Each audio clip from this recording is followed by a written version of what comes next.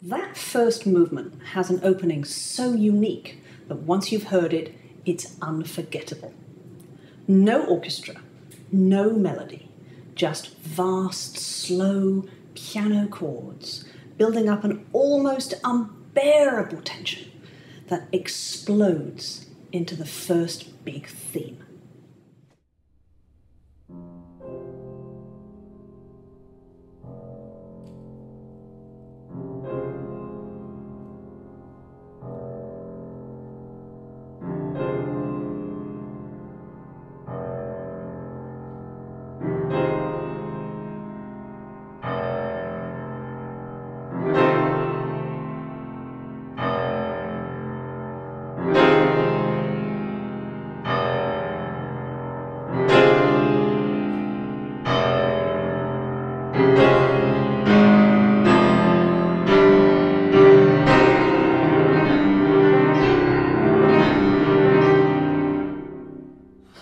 What a moment. So are you ready for what happens next? Well, what happens next is the piano doesn't get the tune. How can this be? This is a piano concerto. But in fact, Rachmaninov is very democratic with tunes and frequently hands them out to a different instrumentalist. The soloist is usually doing something so mesmerizing that we tend not to notice that the main theme is actually being played by someone else. So it's at this point that I introduce my special guest, the wonderful Meg Mizumoto.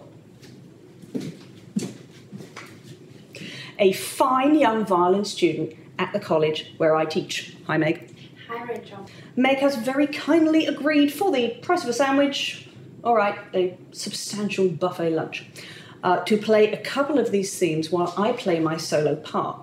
Now, in the full concert hall version of this, the pianist plays the surging, tsunami-like accompaniment, while the concerto's first theme is played by the entire violin section, some 30 players or so.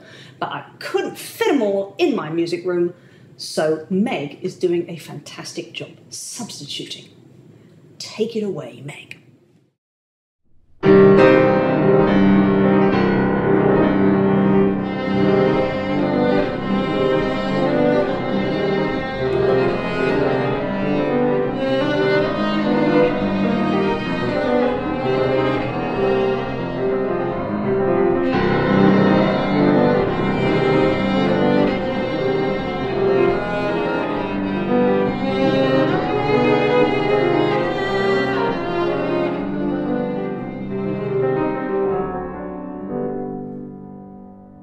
Thank you, Meg. That was just gorgeous.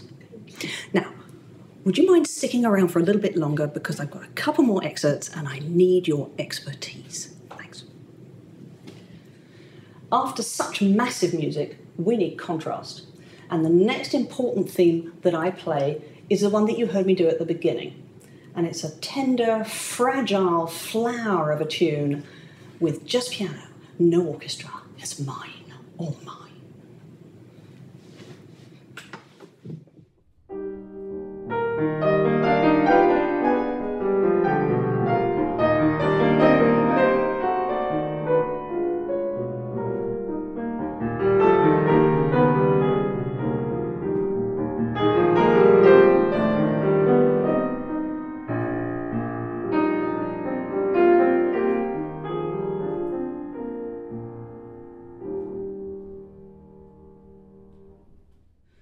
The first big theme returns again, and again the piano creates an accompaniment. This time, a really striking march, which is quite different from the rolling piano waves that we heard before.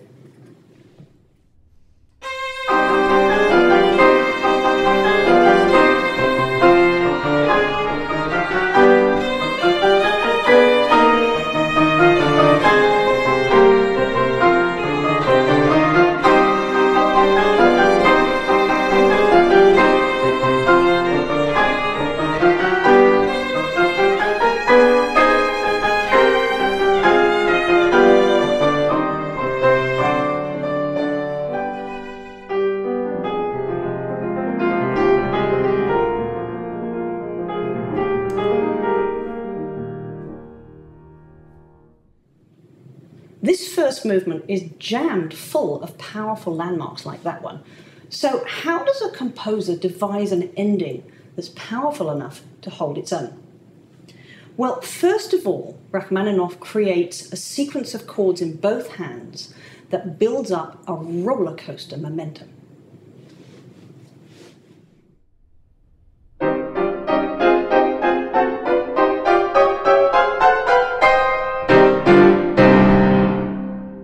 Pretty exciting. But if you're Rachmaninov, that's not quite exciting enough. So he takes the chords and breaks them up into contrasting rhythms. And this is what you actually get.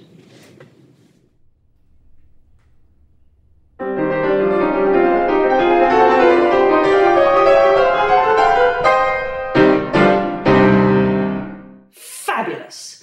And that's the end of the first movement. And of course, we're such a well-mannered audience that although we're dying to jump up and scream our enthusiasm, we don't, because clapping between movements can mess with the concentration. So we sit there and vibrate while the soloist and the orchestra towel off and prepare themselves for the second movement. Now here's an interesting detail. The material for this transcendently lovely movement had been sitting around in Rachmaninoff's brain for at least 10 years before he used it here. How do we know this? Because 10 years before, he wrote a piano romance for 3 very attractive young ladies to whom he was distantly related.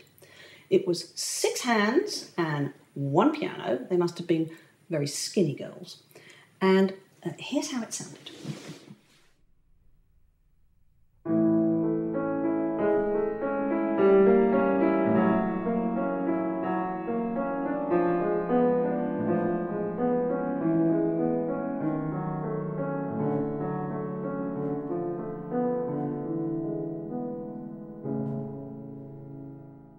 Sounds strangely familiar? Now let me play you the opening to this concerto's second movement.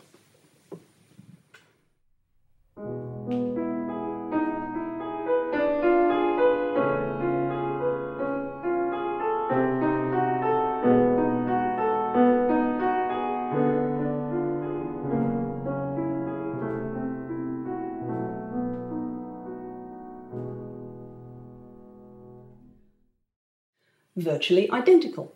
It was a nice design. Why not use it again? Meanwhile, it's time for the first big theme in this movement. And once more, Rachmaninoff hands it off to another instrument, in this case, the clarinet and the flute combined, while I play a lovely accompaniment. And Meg's going to help me out here one more time.